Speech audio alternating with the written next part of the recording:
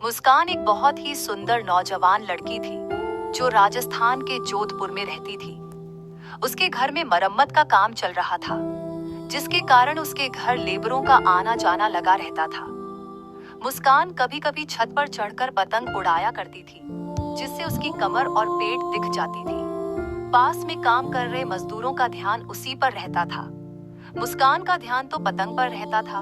उसे मालूम भी नहीं पड़ता था कि मजदूर लोग क्या देख रहे हैं। एक दिन मुस्कान के रिश्तेदार में किसी का अचानक से तबीयत खराब हो गई, जिसके कारण उसके मम्मी पापा उससे मिलने उसके घर चले गए और देर रात तक आने वाले थे।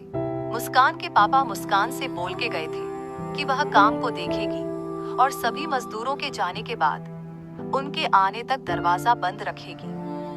उन मजदूरों को मालूम हो गया था कि उसके मालिक की बेटी आज घर में अकेली है, जिस कारण वे लोग मुस्कान के साथ कुछ करने की योजना बना रहे थे। मुस्कान 18 साल की नौजवान लड़की थी और उसके पास कोई भी बॉयफ्रेंड नहीं था। एक मजदूर पानी लेने का बहाना करके मुस्कान के कमरे के पास चला जाता, जहां मुस्कान अपने कमरे में कपड़े बदल रही थी। मजदूर दरवाजे के एक छेद से मुस्कान को देख रहा था। तभी मुस्कान की नजर उस पर पड़ी। मुस्कान गुस्सा होने के बजाय मजदूर से बात करने लगी।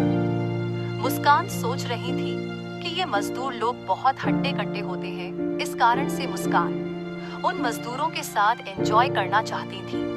बात करते करते बाकी के मजदूर भी वही आ गए। फिर अंजलि धीरे धीरे बेचैन होते जा रही थी। फिर के मजदूर ने मुस्कान की गाल पकड़ ली, फिर भी मुस्कान ने कुछ नहीं बोली। वे लोग समझ गए थे कि मुस्कान बेबी को सख्त औजार की जरूरत है।